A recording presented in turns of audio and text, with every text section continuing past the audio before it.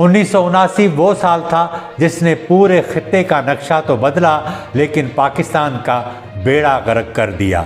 جنوری میں ایران میں شیعہ اسلامی انقلاب آیا۔ اپریل میں ذوالفقار علی بھٹو کو ضیاء نے سپریم کورٹ کے ذریعے پھانسی لگوائی۔ نومبر میں خانہ کعبہ پر سعودی باغیوں نے قبضہ کیا۔ دسمبر میں سوویت یونین نے افغانستان پر حملہ کر دیا۔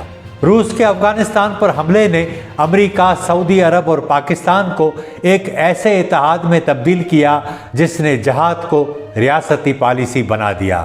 پاکستان میں اسلامی شدت پسندی کو بڑھاوا دینے کے لیے جنرل ضیاء نے فرینکسٹائن بن کر جو مانسٹر تخلیق کیے، بعد میں آنے والوں نے ضیاء کی پیروی جاری رکھی۔ ان سب کو یقین تھا کہ جو بلا ہم تخلیق کر رہے ہیں وہ پڑوسیوں کو اور ان کے مخالفین کو کھا جائے گی۔ وہ ٹھیک سوچتے تھے لیکن ان کے گلے پڑے گی، یہ ان کے بھی وہم و گمان میں نہ تھا۔